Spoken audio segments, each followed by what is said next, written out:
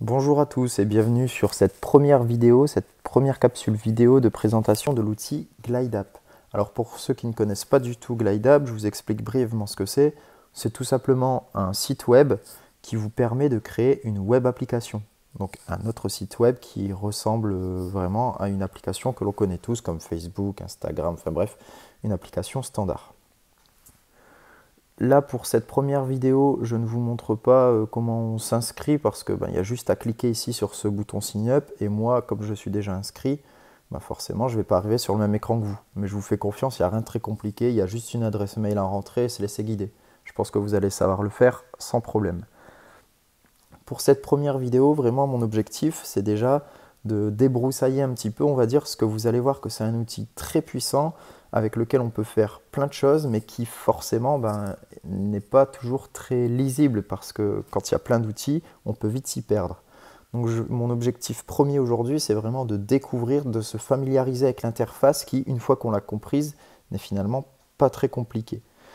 Donc c'est parti.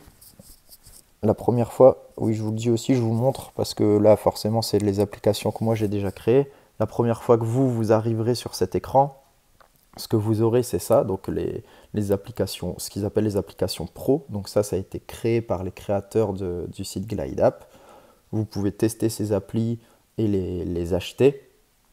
Forcément, il faut qu'ils gagnent leur vie, hein. Mais nous, en EPS, ça n'a strictement aucun intérêt. Et là, il y a ce qu'ils appellent des templates. Donc en fait, c'est des exemples, des petites applications préconçues que l'on peut utiliser et modifier un petit peu pour se mettre le pied à l'étrier. Pareil, en EPS, honnêtement, il n'y a pas vraiment d'intérêt sur ces templates. Donc là, ce qu'il suffit de faire, c'est tout simplement, boum, appuyer ici sur New Project. Vous donnez un nom, je vais l'appeler test pour la vidéo, et là, vous avez déjà un premier choix. Donc soit vous allez pouvoir créer des glide apps, soit ce qu'ils appellent des glide pages. Donc les glide apps, c'est ce que nous on va faire. Comme je vous l'ai dit, c'est une web application. Là, les glide pages, ça ressemble plus à un site web traditionnel. J'y viendrai sûrement, je ferai certainement une série de vidéos dessus parce qu'il y a des choses assez utiles. Nous en EPS, on utilise quand même souvent des tablettes et là, l'interface peut être vachement pratique pour des tablettes. Mais là, pour l'instant, on se concentre sur les glide apps, en sachant que si on sait faire une glide app, vous saurez faire les glide pages. C'est exactement le même fonctionnement, c'est juste qu'il y a des composants qui sont légèrement différents. Bref, on continue. Là, vous avez un choix crucial. Je ne rentre pas trop dans les détails, mais en gros, pour faire simple, pour créer votre application, forcément, vous allez devoir entrer des datas, des données, comme par exemple les scores, les paramètres que vous voulez mettre en place, etc. Enfin bref, toutes les données, on verra ça plus tard. Et donc, vous allez pouvoir utiliser en fait plusieurs sources pour ces données. Donc, soit un Google Sheet, donc le Excel de chez Google, soit Airtable, c'est pareil, c'est un espèce de concurrent d'Excel, mais qui a été un petit peu modifié. Vous pouvez utiliser, c'est tout récent, je ne l'ai encore jamais fait, Excel lui-même. Donc vous voyez, c'est en alpha parce que ça vient juste de sortir. Je ne sais pas si ça fonctionne bien, j'ai jamais fait pour le moment. Et moi, ce que j'utilise personnellement, c'est les Glide Tables. Donc pourquoi j'utilise ça? Pour deux raisons. Première raison, parce que ça fonctionne très bien dans GlideApp, forcément, ça a été créé par eux, donc c'est très bien optimisé. Et deuxièmement, il y a des limitations que vous n'aurez pas. Vous allez voir, là je vais faire continuer, je vais vous expliquer un petit peu les limitations que vous aurez avec le Google Sheet. Je préfère vous le dire tout de suite, parce que moi forcément je me suis fait avoir une première fois et j'aimerais bien que vous ne vous fassiez pas avoir. Donc là vous voyez ici, si je viens tout de suite sur Upgrade, ça va être en fait toutes les limites qui sont posées pour les applications gratuites. Vous vous doutez forcément, leur objectif c'est de gagner leur vie, donc il y a des choses payantes. Là, quand on fait une application gratuite, les limitations sont celles-ci. Donc là, les roses, ça va être les lignes en fait. Donc, tout ce qui est ici, toutes les lignes, vous allez être limité à 500 lignes. Vous allez voir que c'est largement assez. Ensuite, vous avez les images et les fichiers que vous allez envoyer, vous êtes limité à 100 MB. Ça peut être un petit peu embêtant, mais je vais essayer de vous montrer un petit peu comment outrepasser cette limite. Et là, surtout, c'était là le nerf de la guerre, j'ai envie de dire, Le problème, si vous prenez avec Google Sheets, c'est ici ce qu'on appelle les Sheet Edits. Parce qu'en fait, si vous passez avec le Google Sheet, à chaque fois qu'un gamin ou que vous allez modifier l'application pendant l'utilisation, donc par exemple, si vous rentrez un score, votre application est terminée, vous rentrez un score, ou les gamins cliquent sur un bouton pour augmenter le score d'un match ou autre, et bien à chaque appui sur un bouton, à chaque changement de données, et bien c'est ce qu'ils vont appeler un Sheet Edit. Et là, vous avez le droit, dans cette version de base, à 1000 Sheet Edits. Ça peut paraître beaucoup, mais je vous promets que selon comment vous avez fait votre application, on peut y être très très vite. Si vous avez 25 gamins qui utilisent l'application et qui doivent appuyer 50 fois sur un bouton au total sur le cours, ça monte vraiment très vite et c'est très vite inutilisable. Donc personnellement, du coup, pour passer au-dessus de cette limite-là, eh ben, je passe avec les glide tables, comme je vous ai montré, parce que l'avantage des glide tables, c'est que là, à l'inverse, vous pourrez faire autant de modifications que vous voulez. Ici, ça ne montera jamais. Enfin bref, voilà, c'était la première parenthèse. Comme ça, vous le savez, je ne voulais pas vous imposer ce choix-là sans vous expliquer pourquoi je faisais ça. Après, si vous préférez utiliser Google Sheets, il y a plein d'autres avantages aussi à utiliser Google Sheets, vous pourrez le faire. Là, pour cette première vidéo, comme je vous l'ai dit, l'objectif, c'est vraiment de débroussailler un petit peu le truc. Donc, je vais essayer de vous montrer, de vous apprendre à lire cette interface. Donc là, déjà, vous l'avez vu, quand on démarre une première fois l'application, on arrive sur cet écran. Donc cet écran, c'est ce que j'appellerais la console centrale. Sur cette console centrale, donc là, vous voyez, il y a les 3 onglets ici. Donc sur cette console centrale, vous allez pouvoir, en fait, interfacer votre application. Donc là, vraiment, c'est là où vous allez pouvoir mettre tous les éléments visuels avec lesquels les élèves vont pouvoir interagir, que les élèves vont voir sur l'application en elle-même. Cet écran, il est lui-même divisé en 3 parties, en 3 colonnes. Vous allez voir que dans Glide, ça fonctionne beaucoup en colonnes. On va tout de suite commencer par la colonne de gauche. La colonne de gauche, elle est hyper importante. C'est celle qui vous permet de sélectionner ce que vous voulez modifier sur cet écran. Donc là, par exemple, ici, en haut, là, c'est ce qu'on appelle les tabs. Donc les tabs, en fait, c'est tout simplement les onglets qui sont ici. Donc là, vous voyez Things, Things, catégorie, catégorie. Donc là, les tabs, c'est ici. Juste ici, dans la deuxième partie de cette colonne, ça va être ce qu'ils appellent les components. Donc c'est là où on va pouvoir ajouter des composants. Je vais me mettre comme ça pour pouvoir vous montrer. Donc là, c'est là où on va pouvoir insérer des composants, donc c'est-à-dire en fait tout ce qui vient vraiment composer mon application. Là, par exemple, j'en sais rien pour vous montrer rapidement, si je mets une image. Hop. Oh, pardon. Donc là, j'ai mis une image. Vous voyez, on peut ajouter ici des composants pour venir composer, créer son application. Donc ça, c'était pour la colonne de gauche. La colonne centrale, vous avez deviné, c'est vraiment ce que les développeurs appellent justement une console. C'est ce qui nous permet de voir en temps réel ce qui se passe dans l'application. Et mine de rien, ça c'est très très bien fait parce que là, en fait, la façon dont on l'utilise à l'écran, c'est vraiment la façon dont les élèves vont pouvoir l'utiliser. Et tout ça en temps réel. Donc ça, c'est cool parce que d'habitude, dans ce genre de logiciel, vous devez d'abord entrer les données, lancer un autre logiciel, ce qu'on appelle un émulateur, pour pouvoir tester les choses. Alors que là, ça se fait en direct. Donc c'est vraiment hyper pratique. Donc ça, vous avez compris, il n'y a rien de très compliqué. Et la dernière colonne importante, la colonne de droite.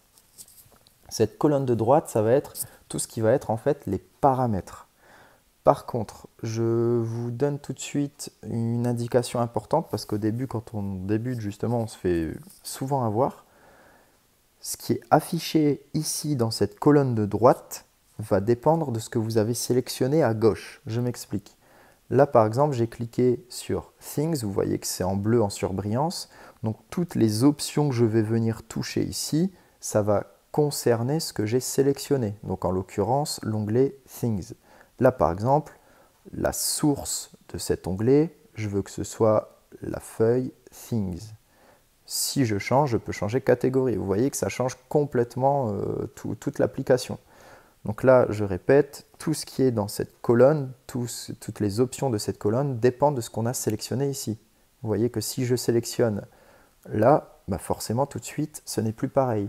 Je préfère vous le dire, être clair sur ça, parce qu'au début, je me faisais souvent avoir. On est un petit peu perdu à cause de ça, on n'arrive plus à naviguer dans l'interface de notre application parce que, bah, en fait, sans s'en rendre compte, on avait sélectionné autre chose et on est un petit peu perdu. Là, comme ça, vous le savez. Donc là, toutes les options, hein, je vous montre brièvement. Déjà, si on est ici, quand on a sélectionné une table, donc vous pouvez choisir la source, vous pouvez choisir un petit peu le style. Vous voyez, il y a des des pré-réglages qui sont faits. Ça, vous pourrez tester. De toute façon, on testera ensemble chacune de ces parties dans d'autres capsules vidéo. De toute façon, en général, il faudra mettre sur Details. Je vous expliquerai dans la prochaine vidéo pourquoi. Donc voilà, là c'était pour ce premier onglet, donc la console centrale, c'est forcément un endroit où on passe beaucoup de temps puisque c'est l'interface. Là, on va aller sur le deuxième endroit le plus important, voire même peut-être le premier, je ne sais pas, c'est à peu près égalité. Donc ça va être justement le tableur en lui-même, les tables. Donc ici, c'est ce qui va nous permettre en fait de rentrer les données et de paramétrer le fonctionnement de nos données pour ensuite créer notre interface. Donc là, en fait, c'est tout ce qui se passe finalement un peu en sous-marin, en dessous de votre application. Donc là, vous voyez sur le côté, il y a ce qu'ils appellent les tables. Les tables, ça va être, c'est l'équivalent dans Excel ou dans Google Sheet des feuilles. Donc ce qu'on retrouve en bas, là par exemple, j'ai ouvert un Google Sheet, vous voyez, c'est l'équivalent ici des feuilles. Et les colonnes qui sont ici, et ben dans Glide, c'est tout simplement, dans Glide, c'est tout simplement les colonnes qui sont ici. Donc ça n'a rien de très compliqué à comprendre. Là, pareil, encore une fois, ça fonctionne, je vous l'ai dit, toujours sous forme de colonne. Donc là, ici, vous pouvez ajouter des tables, donc des feuilles, pour mettre des nouvelles données. Par exemple, je ne sais pas, j'aime bien faire ça souvent, database, barème. Si vous voulez créer un barème dans votre application, vous pourrez le faire ici. Vous pouvez, bien entendu, les colonnes, venir les renommer. Donc, par exemple,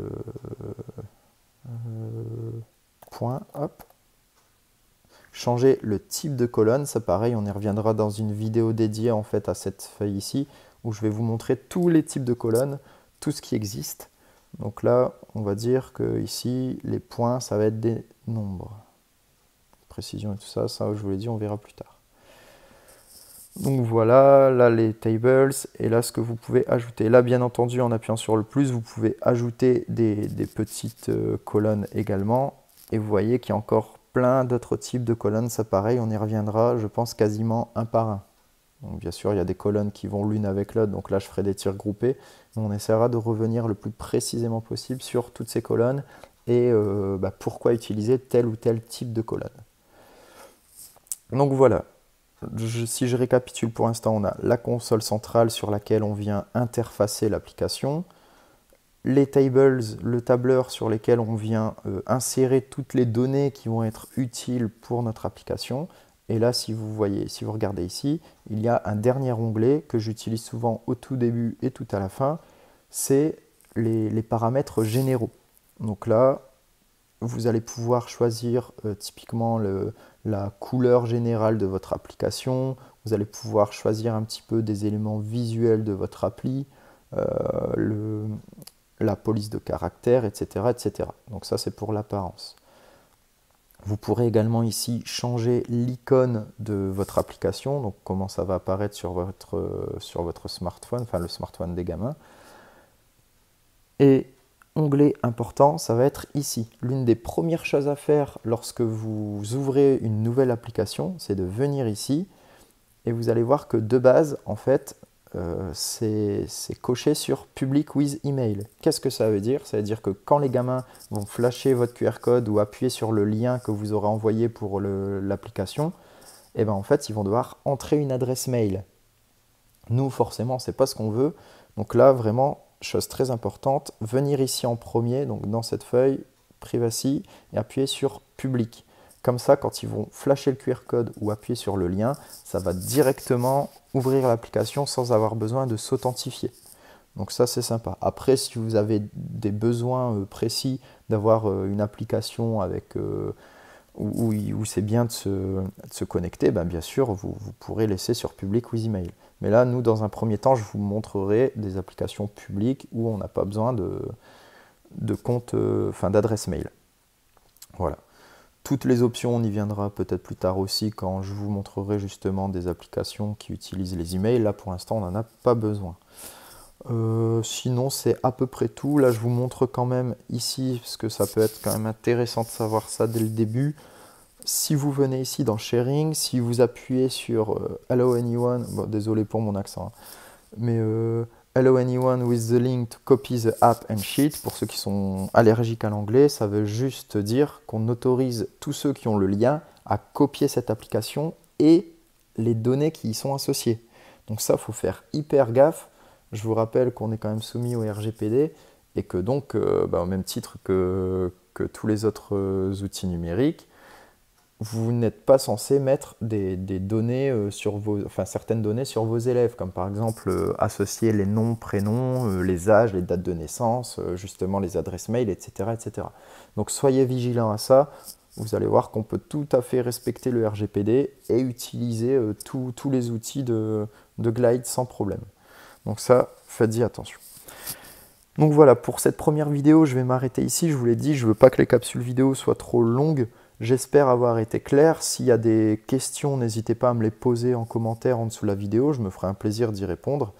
Et on se retrouve dans une prochaine capsule vidéo pour commencer un petit projet, faire une première petite application très simple dans laquelle on va commencer à voir justement les différents composants.